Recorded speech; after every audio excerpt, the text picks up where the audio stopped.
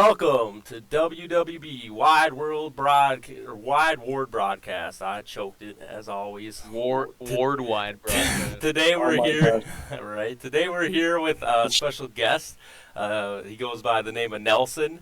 He's he's on the top 10 rankings for Ward, and he's going to tell us a little bit about himself. And we're also going to talk a lot about different aspects of deck that he wants to showcase to us, and basically just kind of go through his experience of Ward.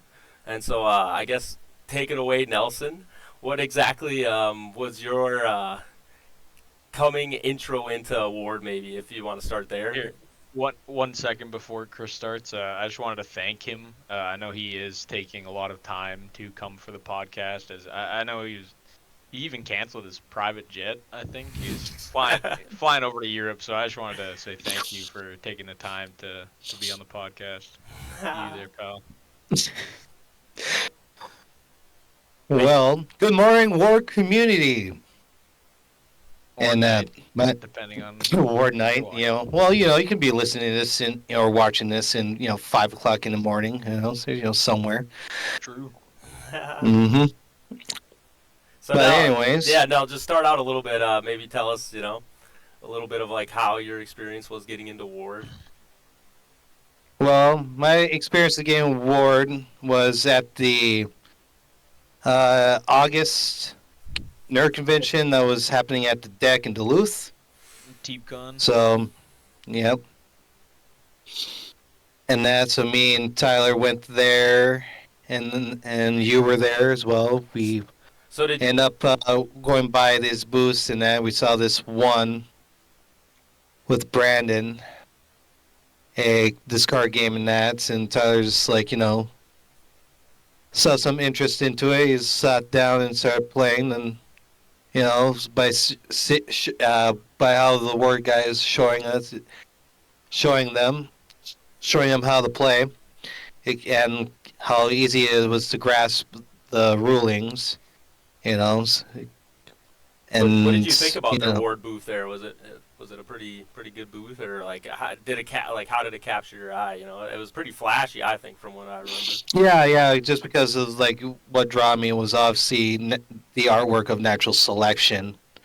The dinosaur with the rabbit. That artwork image drew me. Yeah, I definitely think that old school comic book kind of vibe definitely really makes it feel nice. And so when you got in, you were kind of like me and Tyler. We both got in with Gen 2, right? And so you didn't really have any experience with the Gen 1 cards. That's correct. And so I guess we just want to kind of take it from here. And like I said, so that was just kind of where you came in at. I mean, me and Tyler also came in at a very similar time. Like I said, Billy, he started Ward and with the Gen 1, and I guess maybe we could talk a little bit about Billy, for you, how is Gen 1, how is it going from, the transition of Gen 1 into the Gen 2, since, a lot of the rest of us, I feel like a lot of the Ward community has, started at that Gen 2 period, at least from what I've seen. It seems like a lot of people have been getting in with Gen 2, so, could you kind of give a little, view into, what did it look like from the transition from Gen 1 to Gen 2? Yeah, sure. I'll try to be quick because I like to ramble, but... Well, for one, I mean, the art style changed. They went with a new artist with Fabricio, and I think everyone was kind of excited, ooh, what's it going to look like? And it looked like a major glow up, and also the foil cards is cool too. I'm a sucker for the shinies. Right. I think they, there was a lot of limited cards, and I think they took what they learned from how the game played and just Gen 1, and then, because they don't want limit cards, so they're like, how do we balance the cards to make the game fair without having to limit anything? And I think Gen 2 is pretty fairly balanced, but also still allowed for some pretty strong plays. So, I think it balanced really well, and also I just really like the art. They did a great job.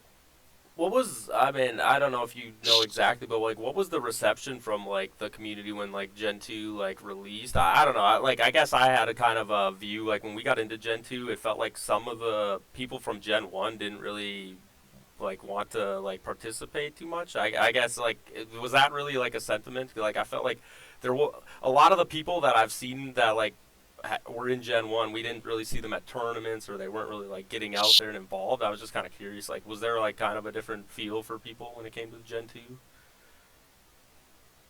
Like, Yeah, I guess so. Some people. I, I think a majority of people, kind of stuck with it and played and kept going. I mean, like, you know, from Gen One, like me, Dustin, Jesse, Jenna, like honestly, a bunch of people in the top 10 War and Honor, like are original Gen One people. Just a couple people here and there maybe didn't like the, I don't know, could be an art preference thing, could be they liked exactly how Gen One was with mm-hmm. no limit. I don't know. Right. I think I was just kind of curious if like you kind of had like a perspective, or like if you felt like people were kind of feeling different about Gen 2 coming into the mix. But I guess for me, no. 'cause, I mean, yeah. I mean, I did hear one person say like, oh well, none of the Gen 2 cards are very good. But I just think they didn't do a very in depth like look at the cards, because like if you start to think about how these cards react with each other, there are some quite strong cards in the generation, especially when you start to mix them together. oh Which is yeah. why I'm excited to hear Nelson talk about his deck and how his experience starting in Gen 2 and then also mixing the generations together. No, sure, and like I said, yeah, that's definitely like our perspective on it. Like, again, I like to always point out, for like, at least for me personally, it's like Gen 2 is kind of my access point. Like in my head, Gen 2 is kind of like the first gen that I had, so I like compare everything to Gen 2, because like with the reprint coming in, it's like Yeah. we didn't really get to see how any of those cards interacted with the cards that we had. So it's like definitely, I think that's a good perspective for me, Tyler, and Nelson to all give, is like, how does it feel? How did it feel coming into where we came in at, and then like how do we view that Gen 1 too? So like, I don't know if you want to go around, maybe Tyler, talk about it first. It's kind of like how did it feel with the Gen 2? Coming in from Gen 2 and then having Gen 1 now added. Yeah, so when I came into Gen 2, I didn't really know what to play at first, especially into going into tournaments. We actually started with a draft pack tournament, so obviously don't need to know what deck you're going to play for something like that. Um, but I eventually fell in love with the Maniac, as many of you guys know. Great card. Loved playing him. Had a lot of fun.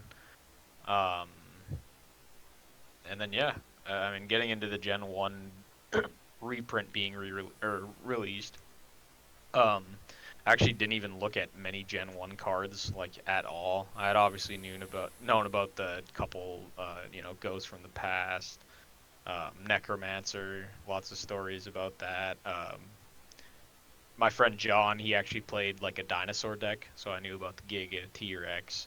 But other than that, I had never really looked into it. And I was really worried, obviously, coming into the mix, because I played basically Maniac for the entirety of Gen 2. And because of that, and then obviously with the nerf of him, I kind of felt a little lost. Like, I didn't really know where to go or what to build or what to bring to tournaments.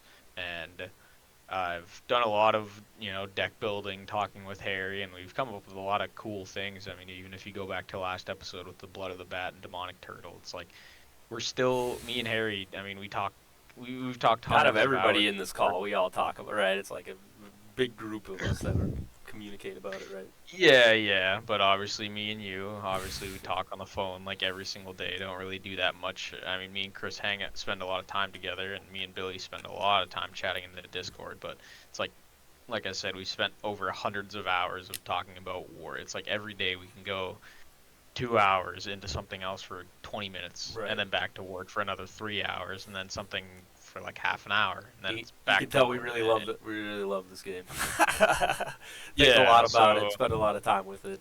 Well, what? kind of like I was Oh, you go. Well, kind of like I was saying before, I felt a little bit of, lost on what to play.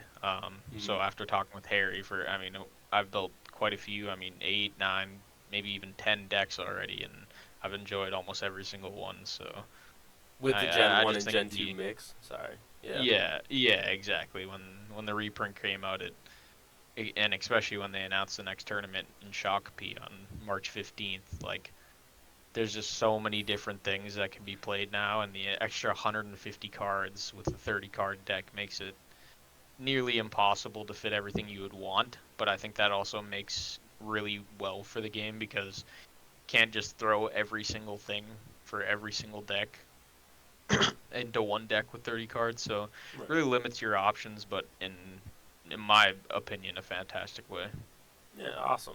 No, I definitely agree with you. Like, it's fun to see the journey of, it's kind of like where we were at to where we are now. How about you, Nelson? I'm gonna toss it over to you. Maybe how was your experience? Like we were just saying, kind of going through it, coming in at Gen 2, and then kind of now having Gen 1 mixed in. It's like, well, how was that feeling for you? Well, for me wise, for me getting to Gen 2, like I got very lucky in my pulls of starters in the early session of Gen 2. Well, just So tell them I about was the first one that you ever opened. Yeah, sure well, the Then you can keep first going. the first starter that I ever opened had the Raccoon Knights. Yeah, they And do. let's just say the, me and Mhm. Tyler did not have that in our starters, and so our first time playing Ward was the 2 at 35 card starters, and we're all like, oh, this is awesome, and then now we're all playing, everything's going fine, and then Nelson just bust out this creature, the Raccoon Knight, which me and Tyler at the time, we thought it was busted as hell. We're like, what is Most that? busted creature in the game, bro. I was like, this is ridiculous. That was our first intro into we got raccoon wrecked by the Raccoon Knight because our little creatures did not stand a chance. Yeah, it was pretty funny. I ended up getting triple abominable deer man in my starter, and I actually, That's hilarious. I mean, I was waiting to play it the entire time, and then once we got to the end of the game, we checked all 3 starters, and I got 3 abominable deer men, and neither of them got any. None of us had none of us It was had like lightning flash spells, so he couldn't play them at all. It was That's hilarious. Oh my! Yeah, it was fantastic. There was a card, I think, Reverse Polarity. I was like, this looks like polymerization from Yu-Gi-Oh! And then you read the rule of it. I'm like, and then I was like, why would anyone play this card? It's like reduce or change the speed, slower attacks first. I was like, what the heck would this card even be used for? It's kind of funny right now. You get to this point, you're like, oh wow, I kind of know every card in both gens, but it's just like at that time you're just kind of laughing at yourself a little bit. But it's all right, Nelson. If you want to continue and just kind of talk about again just how the mix into Gen 1, so like with your start in Gen 2. Yeah, so with my start in Gen 2 and that, I got very lucky with my pulls and that, so I was able to build the perfect shark. Oh yeah. So, and that is a very, very strong deck, and if built right, is basically nearly unkillable. And so Then when I was just gonna say, and then with that, just like adding more cards from Gen 1. I mean, so that was kind of the deck that you played through Gen 2. Yep, through the tournaments and that, I ride and died on the perfect shark, and that the only issue in set 2 with Gen 2 is that it's like you're really relying on getting your pieces, and unfortunately there's not any draw power in Gen 2 in the second set. So when it comes to the first, the conclusion with the first set, we got our twisters and our dragon rages, Oh, yeah. which makes the perfect shark more consistent, and you'll be able to get them out on turn 5 or Right. Definitely or makes it a 6. lot easier to bring them out and get to those things you need. Awesome. And so like like you said, I guess that's a good transition into the I'm assuming you're kind of the shark man, I guess, in our group. So we kind of want to give you the floor maybe to like go in depth and kind of dive into this deck, the shark deck. It's kind of the quotations we use. We don't really have like a better name for it, but I guess what do we call it? Like the perfect shark deck, I guess is what I would refer it to if you're trying to talk about it. I mean, do you want to like maybe do like a deep dive and we can all kind of get our takes and like you just kind of explain to us what the deck is? Yeah. Sure thing. So what a perfect shark is total of 3 cards. So 3 cards in that. One is start out with a 30 HP AL1 speed 7, and with a 30 HP with a 2 dice plus 2 modifier. Yeah, and that's the And Sharkling. that's Yep. yep, that is the Sharkling. Doesn't do much, very frail, easy, and that. But then you bring out the Great Whites, which its summer requirements relies on having the Sharkling on the field. Hmm. So you guys, then what you do is you lay the Great White on top of that, and then you get a AL8 speed 10 with 90 HP, which doubles. It's a modifier, so it would be a 4D plus 4. With the 90 Then, HP. Yep. yep. Then you get the Perfect Shark, which requires Great White and a Sharkling underneath it. So, with a AL 12, speed 12, a 110 HP, which a 8D plus 8 modifier, it hits pretty hard. Pretty beefy boy. Oh yeah, that's kind of Oh yeah. the boss monster of the deck, you would say, right? If you're kind of like giving an analogy, like you kind of want to. Oh yeah. Every time you want to get to that perfect shark, right? It's like that is the goal. Yep. That is the goal, but Great White is still a good second stall tool to stall you the game, till you get the perfect shark. And so, I was just gonna say, sorry. What kind of cards now do you build? Do you yourself decide to build around that shark deck? Well, now with including of set 1, I would throw in 3 twisters and a dragon rage for get that draw power, so you'll be able to get into your pieces. Right. And then maybe ghost form and irresistible love just in case, to protect your Sharkling. And then scroll silence just in case you try to equip a ghost form and someone plays a lightning strike and try to one-shots your Sharkling. Who would do that? I don't know. I don't know who would do such a thing. Yeah, I like So, that mm-hmm. So the goal is, when it comes to running the perfect shark, you always want to go first. That is the strat. You always want to go first, no matter what. Because Why then do you want to go first? Because since nobody can attack on the first turn, you can instantly go into Great White without having any issue, unless your opponent has, an Ignitema or Ignitus, and they get lucky in rolling that 6. Okay. Yeah. Did you want to kind of explain how that works with like being able to like kind of like evolve the Sharkling into the Great White? Like you were saying, it's like you kind of have to wait, right? It's like you can't just instantly. Yeah, you cannot instantly do it. So if you how the rules go, you can only summon 1 creature per turn. So you play, you can't turn 1 go into Great White. You can't do that because Sharkling has to stay on the field for the full turn cycle. Right. So which is very subtle to getting one-shotted in late game if you're not able to protect it. Mm-hmm. And the same rule applies for the Great White into the Perfect Shark, right? You have to wait another turn. So once you play Great White, you still would need another turn to play Perfect Shark on top. The Perfect Shark. Gotcha. Yep, that's correct. And yep. No, you're good. And the craziest thing is too, you can just have the Great White sit there for a bit, soak up all that, all that damage, whittling away your opponent's HP. Then you can just Perfect Shark, go back to 110, full HP, and your opponent has to, freaking try to climb that mountain again. Do you want to kind of explain that? So wait, so you played Perfect Shark, and then then you play another Perfect Shark? Well, you can either play now if they say your Perfect Shark's below half HP, you have 2 options since of how the summon requirement goes. So you can either play a Great White on top of a Perfect Shark, or play another Perfect Shark on top of another Perfect Shark to reset the HP. Okay. So you're looking at. Sorry. So just because you have a Sharkling and a Great White underneath a Perfect Shark, then you're allowed to stack your sharks, is what you're saying? That is correct.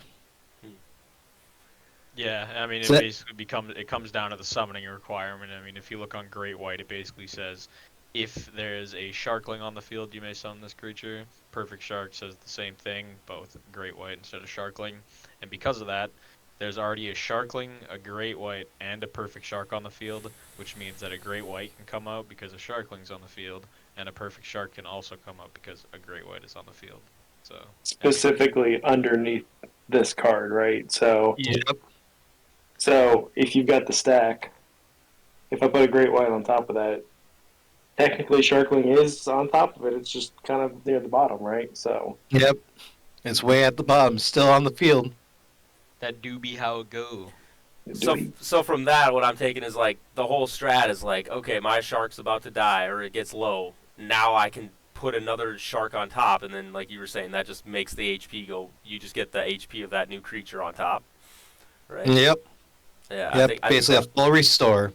yeah, it's pretty crazy.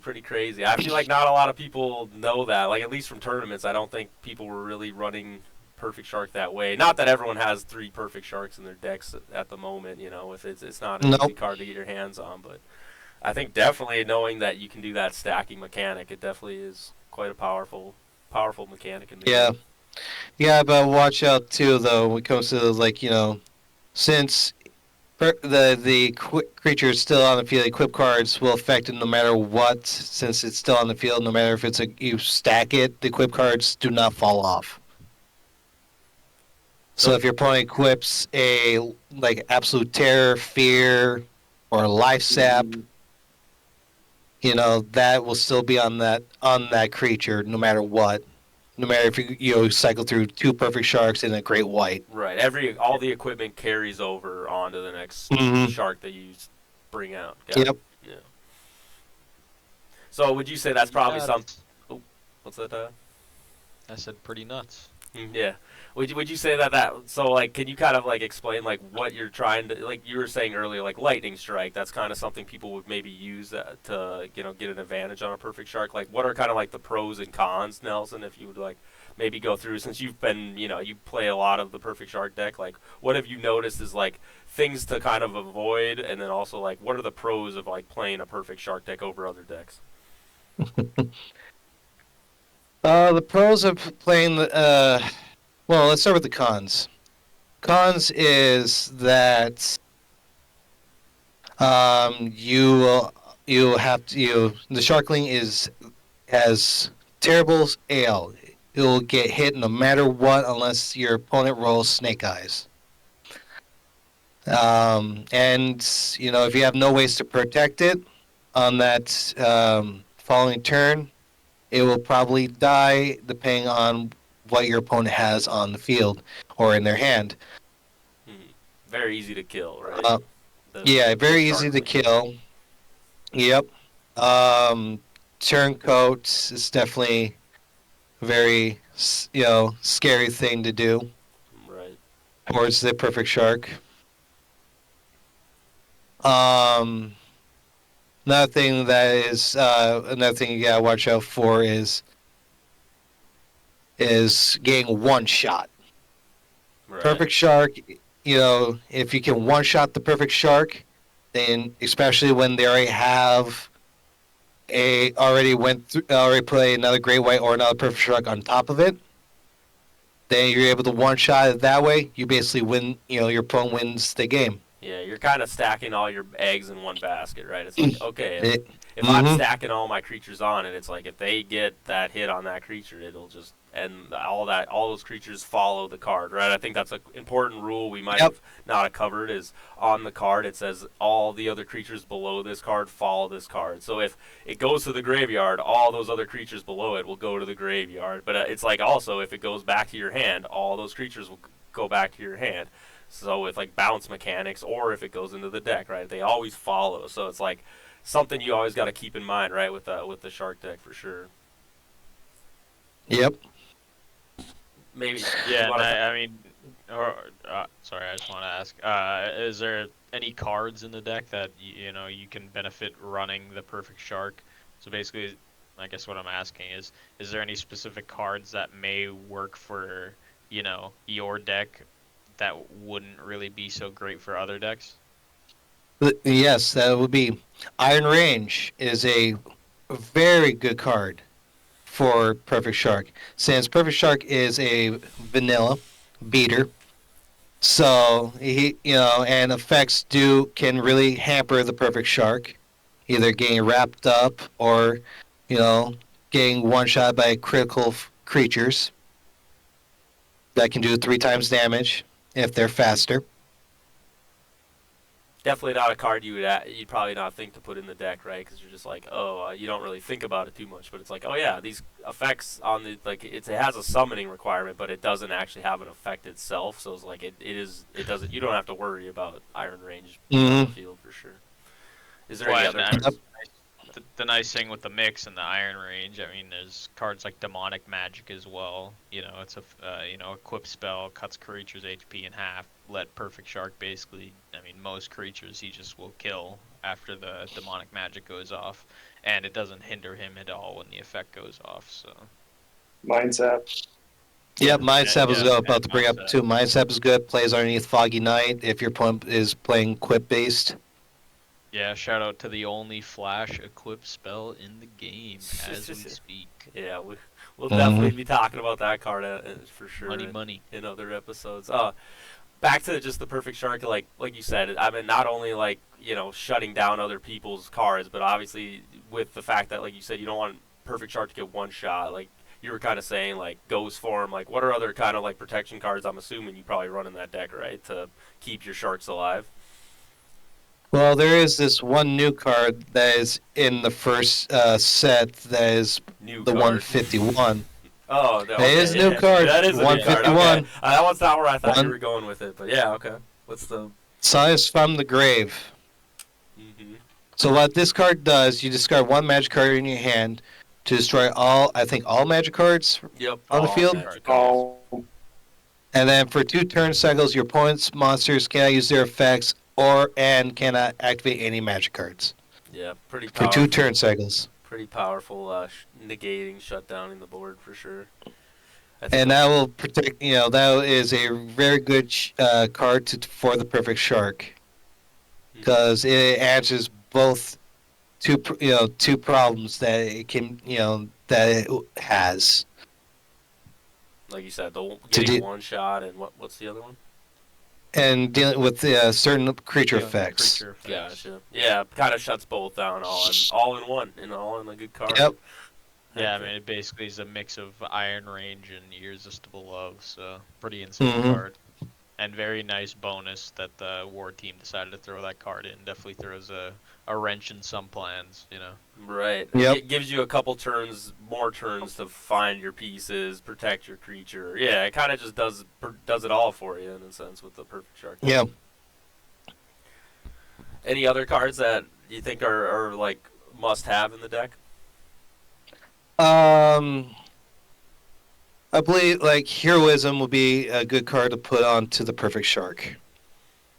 What would that? Why Heroism? Yeah, what would that protect against? Heroism will protect you from cards like Turncoat is a acceptable one. Same with someone plays Judgment or Wrath of the Old Ones on you if and that's you'll have to restart with the Sharkling. What about Lead Boots? The Lead Boots. Does everything you're asking for, and it's a common. Budget hero. Yeah. Budget heroism, great value heroism, baby. Yeah, I can't forget the Lead Boots. Yeah, but it doesn't protect the shark from other magic cards though. Yeah. Sure, but Not that terrible. also can't play magic cards. So, like, if you wanted to put, I don't know, Phoenix armor on it, you couldn't do that. True. It is fair point. I like the shout out to the Lead Boots. I don't think it sees enough love for what it can do. It will definitely get some love in the mix, I think. But I definitely like the heroism and stuff, like you said, it just protects it from a lot of Magic cards that can bounce, like you said, things that can cause it to, goofy interactions that you don't really want to see, right, in that matchup, because your whole goal is to just keep stacking that perfect shark, right, and like using those HP totals of all these creatures to eventually like wear your opponent down. So Yep. I think it makes a lot of sense. Like I said, I just want to know, is there like any last like little spicy card that you think like a lot of other shark people or like shark decks don't put in that you choose to put in the deck? Uh, Bound with Chains. That's definitely a nice card to tech in. What's the value with that card? Just because there's gonna be a lot of people who are gonna be like playing Holy Light, Ghost from the Past, Visitor from Beyond if they have it. Just Necromancer, the Undead King. Stuff for that kind of matchups. Just in case, some because they will stall you too as long as they can as well. So you don't want to like play the stall game with those kind of decks. Right, you don't want your opponent to be able to keep getting resources back from their graveyard. And like, Exactly, especially when you put them in there. No, and just a little bit more on Bound with Chains. If you read the card, you'll figure out what it does. But basically, if there's creatures already, like say a Necromancer is out and he's already done his summon, Bound with Chains won't get rid of the summon. But if you play Bound with Chains and they play a summoner, then they won't be able to access their graveyard.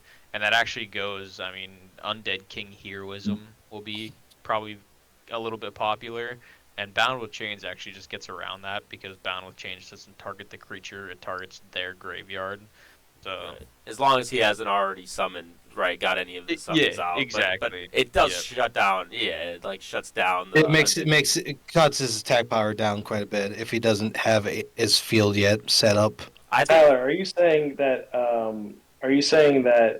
If I have an Undead King with heroism, I still can't take it out of the graveyard? Yeah, exactly. So yeah, like I was saying, I asked that question, and the question and answers chat about Necromancer actually, and it was ruled that it does pull it out of the graveyard because Necromancer is immune with his effect. With the heroism. Yeah, so you could play Undead King with a heroism, play Bound with Chains on your own side, so they can't do anything, but you could still do it. Interesting. I guess I didn't know that ruling. You played longer than me, so you probably know, especially since. No, but Bound with Chains is new, and oh yeah, and no one really played in Gen 2, so. Well, like you said, you didn't have the interactions that you have. I can go find it. It's somewhere. Guys, asked it a while ago. Okay. Like the Bound with Chains and the Undead or like Necromancer. Well, you just definitely. Well, I would get a card. Heroism makes them immune to it. Yeah, so the Bound with Chains prevents Necromancer from pulling stuff out of the graveyard. So if you have heroism on Necromancer, Necromancer is now not affected by Bound with Chains, which means it can pull stuff out. So just with heroism, it works. Yes, it doesn't work with anything else. Well, yeah, because the only other card I was thinking was my head was Revival Priest. I think that'll be a very powerful card that a lot of decks can do a lot of. I've seen a lot of crazy stuff with Revival Priest, and I'm pretty sure that would stop that. Like you said, it does. So Bound with Chains does stop. It stops Revival Priest. It stops Ghost of the Past. Yeah, Holy Light. Right. So all spells are, but you're saying that if you have heroism on a creature with its effect, that gets past the Bounds with Chains. Oh, that's very interesting. I'll find the chat and send it or like tag in it or something. Yeah, sure. Yeah, it's very interesting because the wording of Bound with Chains, it definitely seems like it's targeting the graveyard and not the creature. But no, exactly. I've been wrong before. It's like a field spell, not necessarily like. I mean, yeah. So it is a field spell, but it's not necessarily targeting. It's just like a restriction on the field. And so if you play a card that blocks or shields it from that restriction, it can play through it. It's definitely a fun tangent to go down. I mean, we're learning something new every time. Just definitely a good tangent to go down and just be like, oh wow, this is a cool card that is potentially good in this deck. Like Nelson was saying, even if they do have a heroism, it's like, okay, they still have to use heroism to get past this thing that I'd still think Balance Change gets a lot of value. Balance Change is a good value card, especially with Shark deck. I hadn't thought about that because you, as the Shark player, don't care about your cemetery because Nope. if it unless you've already lost a Sharkling or two, but if you've got the stack, right, if it dies, the game's over. So right, you're not too worried about that. Lock it down and say, I don't care about my graveyard, and now you're about to not be able to do anything with it. No, so exactly. One-sided in that idea. So that's a good call out. Yeah, I think it is a very good, like you were just saying, a very good card where it's just like, even like as a Shark deck, you don't really care that much about what is in your graveyard. You care more about like keeping that stack alive for sure. So it's like you don't. Yeah, exactly. You can function very well even with the Boundless Chains on the field. But yeah, no, I think sounds like we kind of dove deep into that deck, like you were saying, Nelson, with the Sharks. I mean, is there any like final thoughts on it? Something maybe interesting story or something that you'd want to give? And if anyone else has something interesting, I know we've seen a lot at tournaments and things with the Perfect Shark deck. Is there anything about it that I definitely think it's kind of crazy, at least from my own side. It's like we haven't seen it. It hasn't won a tournament yet, right? Like I think for how in Gen 2 for yet. Yeah, I know. I like to put that yet, but. I think this might be either this tournament or maybe the bowl. Who knows? Maybe the Perfect Shark is going to win it. I have a feeling. All right. I like it. I know. I like it. I'm just surprised, like, for how powerful the deck is. Like, obviously, people still need to get 3 copies. Not everyone. Most people have 1 copy of Perfect Shark. But just now knowing that it's like, even though I can still stack Great Whites and before I stack a Perfect Shark, right? As long as I have that Sharkling, I think it might help those people that perform a lot better in the tournaments, right? With the Shark decks. Yeah. And when it comes to people's other deck builds, it's like you don't want to run any other creatures. You don't. Because it's more consistent of trying to get, because if you draw into a Perfect Shark or Great White and no Sharkling, then you can just get a new hand.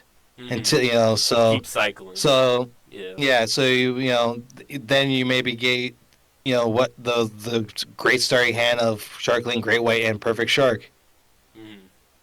You should tell them your story about the game that we played at the Forge where you turned into Yugi Moto.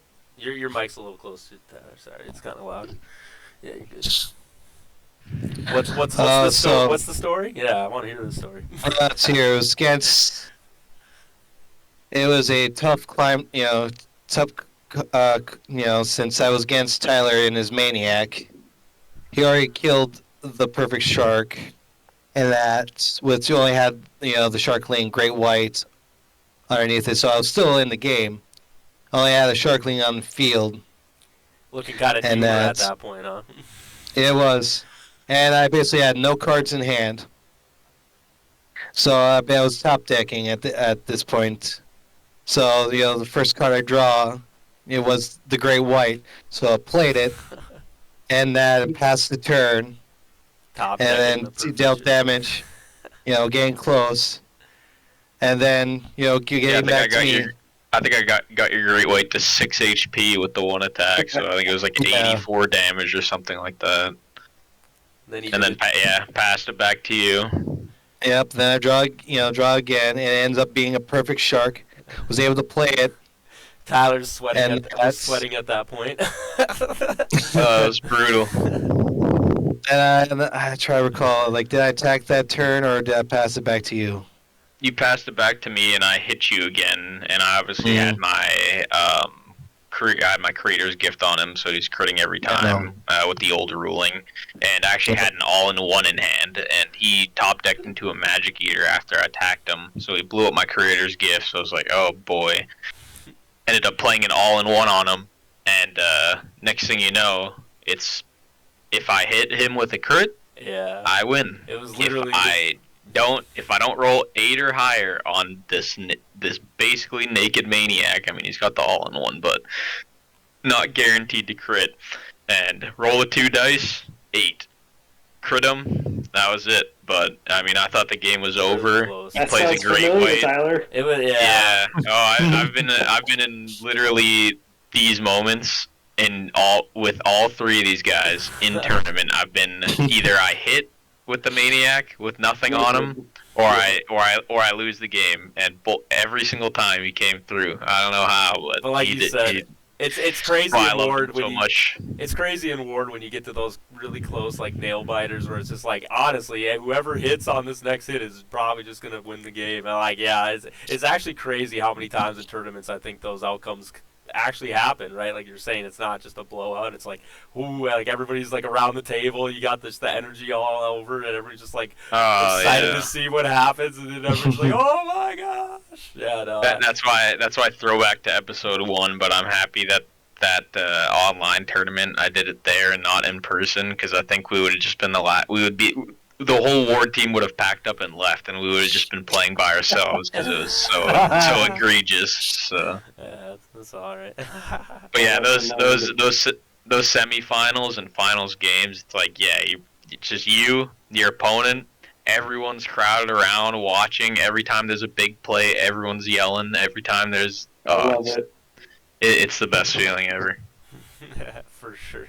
I really like that about the community. It seems like we've got a lot more energy. See, here's your answer from earlier, Harry. Okay. Since the new people, a lot of people who joined during Gen 2 release, Right. it feels like there's more energy in the community, especially at the tournaments like that. Like that kind of stuff kind of happened in Gen 1, but like that no one was like crowding around the table. It was like, oh, like it was.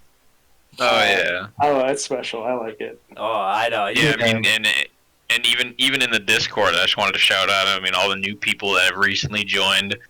We were talking about the raccoon. We were talking about the raccoon night earlier, and all I could think about was obviously Nick, our community raccoon lover. He loves those dang raccoons. Nick. Well, I think there's a whole horde of people now. All I see all the time in there is everyone's bringing up raccoon memes and doing. Yeah, it's like it's kind of funny to watch it all. I mean, heck, on the intro for the show, I literally included raccoons just because I know how much everyone loves it in the community. Got to give a little bit back to everybody there too. So yeah, no, Billy, I think you're right. I love the vibe. I love the energy of just like you said, those tournaments like feel really special, and like I do feel bad for a lot of people that are kind of like not able. It's like I know there are people, which is crazy in my mind, that are like at every corner of the United States. There are even people I've heard in like Europe that are like trying to get into the Ward, like see what Ward is about, and it's just like kind of cool. Like I wish they all could definitely get a slice of that tournament feeling, because like it's just so wholesome. There was a little bit of that in the World Ward tournament, the online one, because like y'all remember, like there was when people finish the matches, like they go into and spectate the other one. Like, a bunch of us in the room just going, oh, like it's still there. It's just different. No, I'm definitely there. And like you said, I can't wait for more tournaments that just get all those people involved, because like you said, it's like us being there, we can give our experience, and I just wish, I want everybody to have that experience, because I think it definitely just gives it a whole different life to Ward in this game and everything. It's awesome with the tournaments. What about you, Nell? How do you feel about that, the tournament vibe? The tournament vibe, the tournament community vibe is pretty good. Very friendly. There's no, there's only a few salty, people. I'm one of them. He was about to say bitches, and he was pointing at me. He was pointing at me. Hey, I think everybody gets salty here and there. Irresistible love for 10 turns can make anyone salty, right? Yeah, that's true. Yeah. But the work community is great. Everyone, are friendly, respectable, in that. So, I haven't met a person. Yeah, didn't meet anyone that from the community that threw off a bad vibe or anything like that. No, I think, like you said, I think there's a reason we're all here, and I think it's just because we love how wholesome it all is, and I try to, at least personally, I try to dive into every little bit I can to support these guys. Like I said, this is exactly why WWB was created, is to give back to everybody. Just to kind of change subject, I mean, I was hoping to have the. I was trying to set up something and it wasn't working, and all these guys were laughing at me off camera just to pull back the curtain a little bit. I have a lot of plans and things that I want to do, but I kind of wanted to see if we were all down to maybe again, got to take a card, go deep into it, but I want it to be like we need to convince. So the whole premise is there's Captain Ward. Captain Ward is trying to save, the world of Ward. And all of us are randomly going to get a card that we have to basically defend why he should put that card in his deck over the cards for everybody else. So basically, Here, I'll make it easy. Okay. Do a random number generator between 1 to 150 from either gen, and I'll find it in my binder, and that'll be your card. I mean, yeah, I don't mind that. You mean 301? You mean? Pick Gen You could 1 do. or 2. Here, You could do that. Tyler, do you want to do that? The generator? That'd be awesome if you just punch it in real quick. All right. Technically, But it'd be anyway, 301. All right. Anyway, First up, while you're, Maniac. while you're Yeah. while you're typing that in though, but yeah, basically my whole goal of this is we're gonna get a random card, and we're gonna have to. Okay. We'll go each person by person. I'll start out. Tyler, this will be my random card, and basically, I have to defend this card for Captain Ward to put this in his deck to save the World Award. And I think I want it to be a funny way to defend a card. This is a funny stuff. Yeah, this is good. I like this. This is a good kind of weird topic of a game kind of thing. No, and like I said, we're all basically going to get. Oh boy. Everybody's going to get a card, and so basically we're all going to have to. I really hope I get a good one. So yeah, everyone else is basically going to try to make your card I really sound hope I'm not going to get okay, you got to defend the beaver. Yeah, the goal. Why? The goal of it is to, like you said, it's like if you have a card that you have to do your best, you have to do everything you can to try to convince Captain Ward. But obviously, everyone else is also going to say a bunch of the flaws and the negatives. And so I think. Are we going like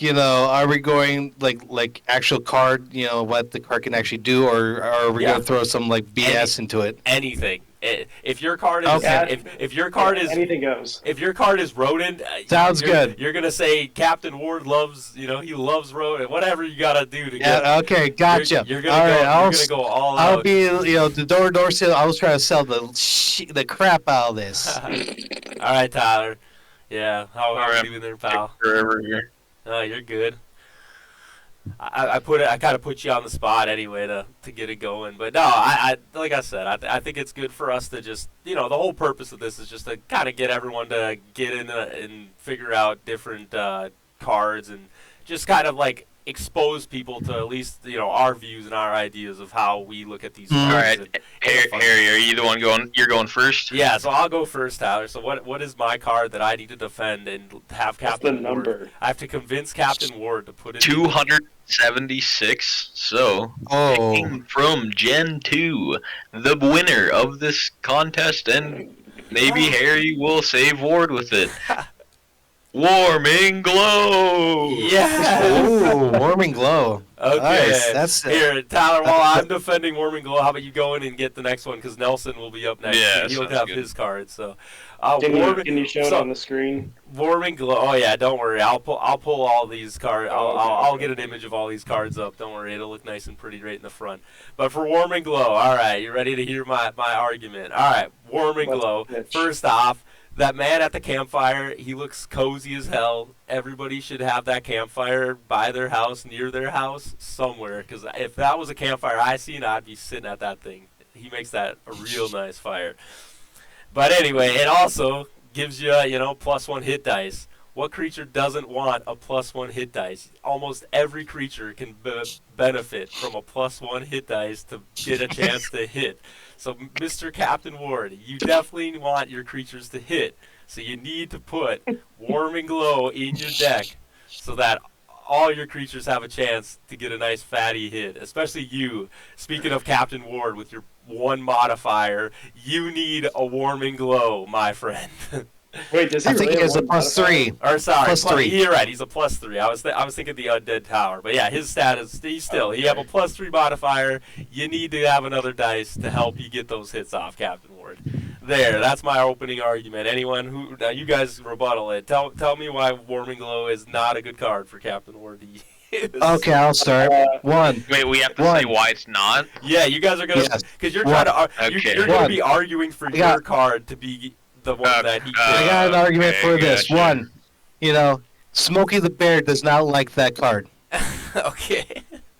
It is Fair. out of control. You see how big that thing is? Way out of control. Smokey the Bear would not allow Captain Ward to have that at that campsite. I love where this is going. That's definitely a good rebuttal. I think I can agree with that one. Warming Glow. I mean, Dark Souls ripoff. Come on. Pass to you, Billy. The imagery. You guys can go with anywhere. Attack it for what it is in the game. Any of that you can do. Rebuttal. Captain Ward is fighting Scarlet, so actually it doesn't help at all. Okay. Yeah. Bad That's match. a good one. That's a good one. Bad matchups. Bad matchup. Come on. What else you guys got? I know there's more to it. Like you said, there's come on. There's way better cards, right? What other cards? Yeah, give I mean, you those stats. It's a common card. It's just a much worse Sword of Light creator's gift. Yeah. Legendary armor.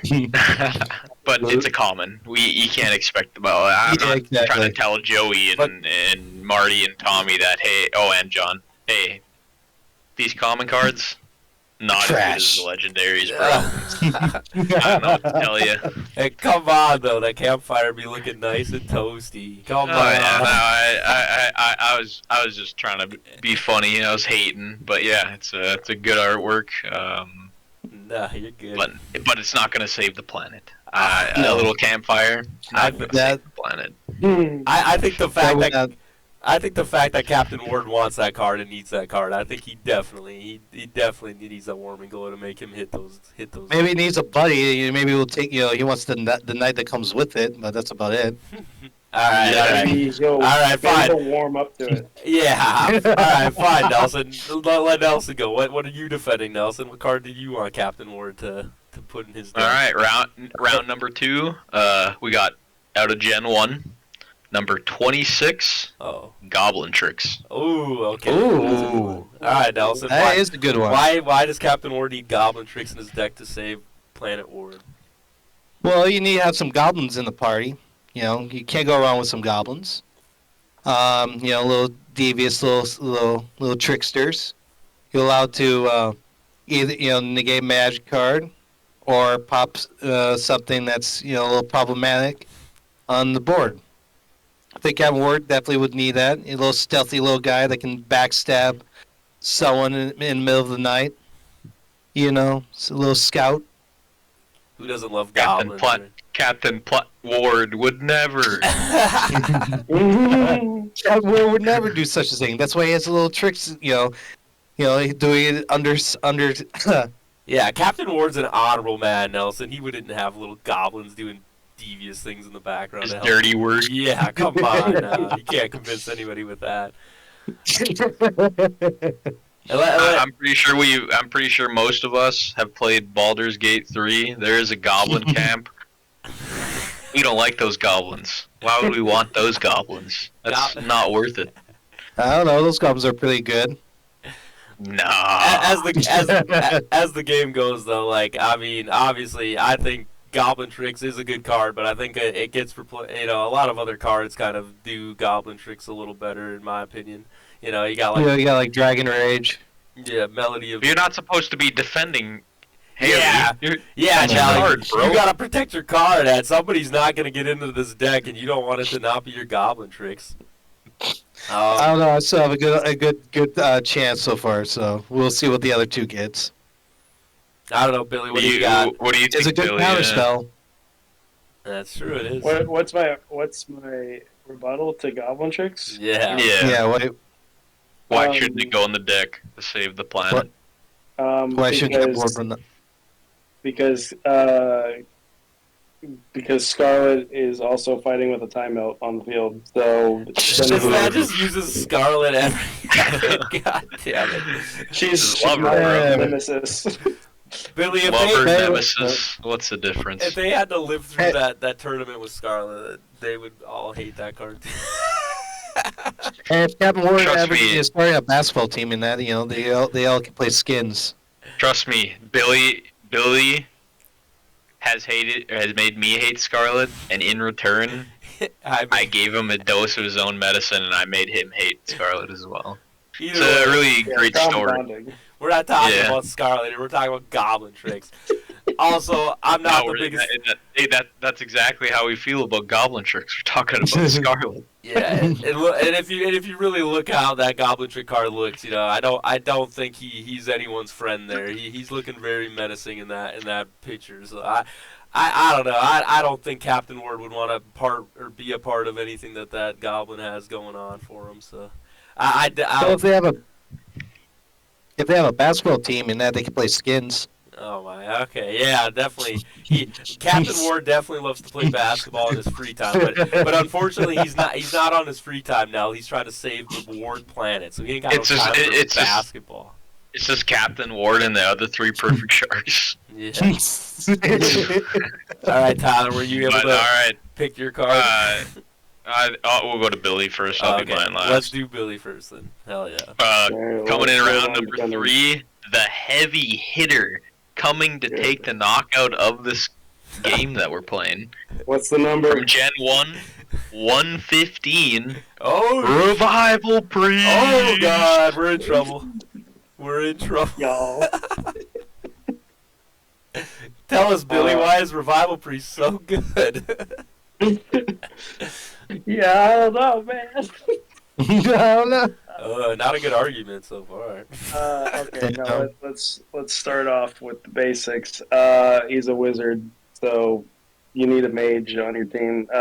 Second off, he's an equipped, plays through Foggy Night. Third, he can pull something out of the dead.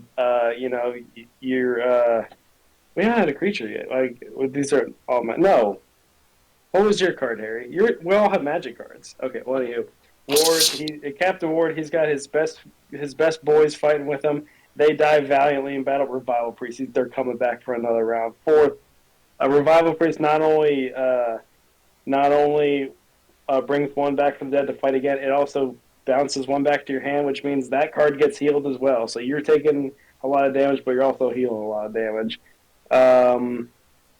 And the card's so good, you can only have one in your deck, and I don't think that's true of Goblin Picks or Warmer Glow. So, rebuttal me, fools. Alright, I'll start off. You could call it legendary, in fact. I'll start off. Captain Ward is such a cool guy. He would never let anyone else fight for him. And so he doesn't need some revival, whatever, dude on his team. He's just going to go do it all himself. So he doesn't want to No. do... You said that Captain Ward's a stand-up guy, so he's definitely going to have a priest on his team. Are you telling me he doesn't Yeah. want a priest on his To team? heal himself. The only thing the priest should bring back out of the thing is Captain Ward, baby. He's coming back. the second season of Captain Ward, he's coming back. You know how those This time heroes... he grew two more. He grew 2 more extra abs. Yeah. Yeah. But no, I don't think he needs anyone else to help him out. But yeah, that is a hard card to rebuttal. What do you guys got, Nelson? What's wrong with Revival? Please? One, he's a priest, So he's gonna bring back little Thomas to touch him again? No, I don't want that. Jeez. I don't want that with Captain Ward. Heck yeah. Look at that. Look at that, all that long white hair, that long scraggly beard, and that. That guy hasn't taken a shower in years. Captain Ward's too cool to hang with him. Captain Ward's too Yeah, cool. like he'll tell him to hit the showers before he ever wanted to join his team. There you go. Tyler, what do you got? Why not Revival Priest? In Revival Priest's spare time, he plays a mall Santa, and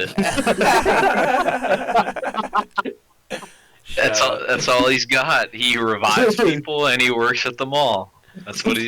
Boys, That's all he's boys, doing, brother. We're losing this argument. Oh god, no. Card's too damn good. It can be blown up and then send the creature back. It's still 2 goblin tricks. Yeah. As soon as he gets destroyed, then Captain Ward has to go back to the graveyard. No one wants to see Captain Ward leave that way. So that's why you gotta not use a Billy. You gotta really get rid of Captain Ward. Only to bring him back. Yeah, just to bring him back. It's the only way. It's just the It's way. the only way to die. It prevents him from never dying. He's always able to come back. God damn it. Yeah. You got an extra life. How do you fight? But yeah, we'll head over to round number 4. So for me, I got from Gen 2 193, or also the card 43, which is the only creature in the bunch, the Headless Knight. Let's go. Hey. So we got, the head in game. He's not the best creature. I mean, he's just an uncommon. He requires a sacrifice to summon, and he just doesn't output as much damage as you would want. Wait, I'm supposed to be talking positively about this card. Yeah, My man, come on. Yeah, sorry, I'm just always so focused on saying how good of a card is. But here, Captain Ward, Headless Knight, he's the only creature that you got. I mean, if you want to make Meme Billy win, you put Headless Knight Revival Priest, and that is that's a man right there. Look at him. That's a man right there. Simping So I'm over gonna- for Billy's. Oh, come on. Captain Ward would have an undying Headless Knight at his side at all times. And yeah, I mean, it's a good combo right there. And if he doesn't, he basically has to choose between a Revival Priest or a Headless Knight. Can he have both? He is Captain Ward, but I'm not sure. I think that would. I don't. You might have to leave that up to the creator's decision. I'm not sure. I don't think Captain Ward would get anywhere near undead weird goofballs. Nah. Oh no, Captain Ward. They'd be boys. Nah, they'd be boys. Captain And Ward. you want to know what they'd do? They'd go rest around the warming glow. Okay, look at this guy. Now he's just trying to get us all feel like. They'd all sit. Yeah, Look at this They'd all sit along. Sitting together with the campfire. It's he's- pretty great. He's trying to get. Yeah, you value, then a use little all my goblin cards. comes out of nowhere saying, "What's up, dude?" Yeah. Yeah, exactly. Nah, I would say Captain Ward would never be friends with an undead creature. He's protecting the innocent and the living of the Ward community. He's not. Well, the one thing in the ward, in the little lore description of below Captain Ward, it forgets to say that he loves pumpkins. Yeah. So it's only fair. It's only fair. How We got Revival Priest Santa over here, or one of his favorite things. Yeah, Captain Pumpkins. Ward's a I don't sucker. know. Captain Ward's a sucker for Halloween. We all forgot about that part too. Yeah. From now on, I'm referring to Revival Priest as Mall Santa. Yeah. I play Mall Yeah. Santa. Yeah. Let's go. All Sit set. on my lap. All right. Anyone else want to bust up the Headless Man, or I think we? Yeah, sure thing. I got a few things. Okay, what?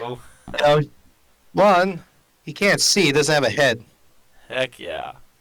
You know, know, how he is he has he has burning eyes from the fucking hellish fire he lives in. Dude, what do you want? Eyeballs? Like, come on. And then with that +1 modifier, man, he's not going to be hitting anything. Yeah. Okay. I didn't say that he could see great. Like, I'm surprised he's able to get a horse driving license. Yeah. Thank you. It's only on planet. Driving license. It's only a thing on Planet Ward. I mean, there's basically this giant thing that happened, and the creator ended up saying you needed a horse driving license. All right. Let's come to a verdict. All right, what card should Captain Ward put in his deck? Unfortunately, as much as I want to vote for my Warming Glow, I think Revival Priest definitely is probably. I'm still going to go with Goblin Tricks because it gets destroyed, that thing. Really? Okay. Yeah, that's true. Well, Listen. Pop it, Ever yeah. since All I'm going to say is that ever since I've gotten a Revival Priest, I have never made a deck that did not have it in there. It's pretty. It's a good. Yeah, it's hard to not put. God damn it! All right, I think we have to I don't give know. it. I don't use it in a perfect shark deck. Did we give it to him, boys? I think Captain Ward would agree that Billy's Maybe revival you should. priest- Billy's revival priest needs to go into the deck. All right, you win that round, Billy. someone put the tally up. Billy's got to win on convincing Captain Ward. But anyway, Captain War gets Revival Priest. Get them all Santa. all right. Yeah. All right. But Yeah, anyway, he's- what was that, Billy? I was going to say, please refer by his proper name. Oh yeah, Mall Santa. I'm sorry. Mall All Santa. right, Mall Santa is now the new term. You heard it here first on WWB. Play the mall. Hell yeah. Play the Mall We- Santa. We only speak the truth. Captain Ward approves of the Mall Santa. But all right, guys, I think we're wrapping up here. So, any final thoughts? Anything that you guys are feeling like you might want to bring up? Tyler, Billy, Nelson. Yeah, I mean, I'll start off. We got the tournament, and is it the homecoming tournament? Is that what it's called for Shakopee? Shakopee. Yeah, so we got the homecoming tournament. I kind of mentioned a little bit about it at the beginning of the podcast, but it's a couple weekends away. I'm pretty excited for that. Me and everyone have been cooking. We're ready to come and win the tournament. I mean, obviously only one of us can win the tournament, but should be a fun podcast after the tournament. Just all of we can talk to everyone about our decks that we built and everything that we did. The following weekend actually is I'm pretty excited for as well, because they're doing like a boss battle game night or game day type thing, and it's going to be up in Hibbing. Yeah, it's in Hibbing. But one of the they're actualizing an idea that Joey and Tommy have been talking about for a couple months.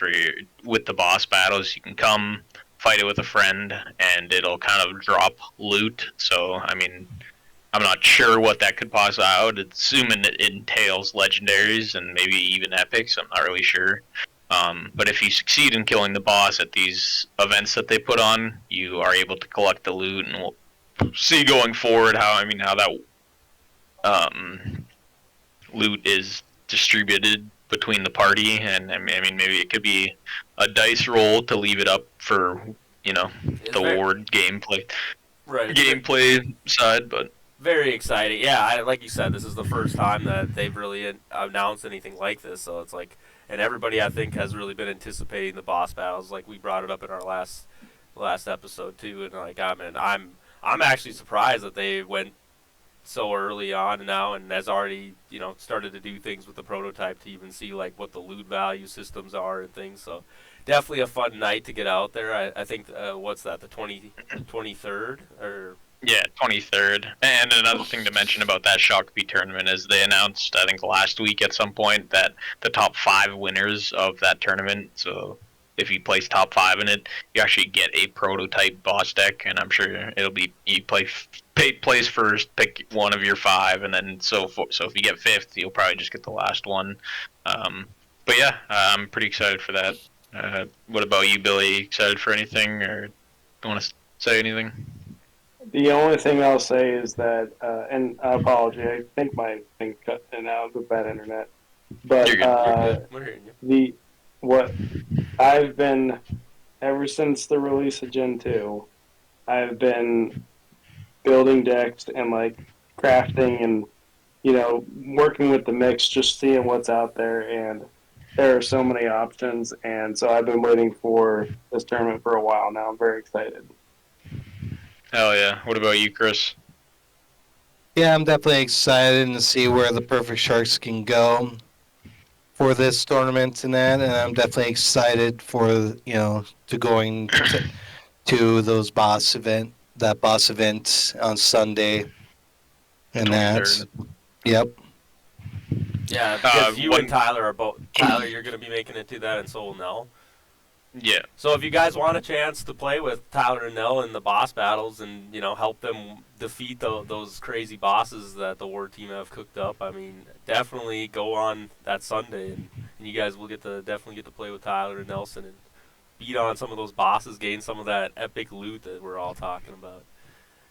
Heck. Well, and one other thing that I've been kind of chatting about with Harry in our workday calls is I've kind of been interested. I really haven't thought about it too much, but I've kind of been interested in throwing some kind of league over Untap, if that makes sense.